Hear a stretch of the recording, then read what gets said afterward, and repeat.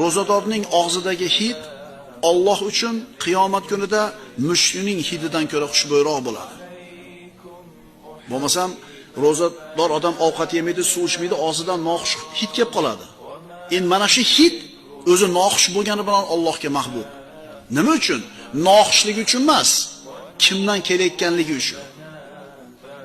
Qodir bo'lib turib yemayapti, qodir bo'lib turib ichmayapti. Kimning roziligi uchun? Shu oy kelyapti, birodarlar. Yengli shimaraylik. Inshaalloh 30 kun taravaga chiqaman. Inshaalloh 8 rakatdan keyin nima qilmayman?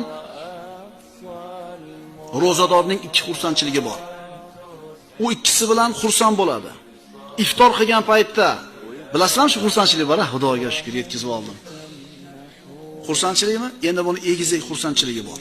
Robbisiga ro'baro bo'lgan kunda shu tutgan ro'zasidan xursand bo'ladi.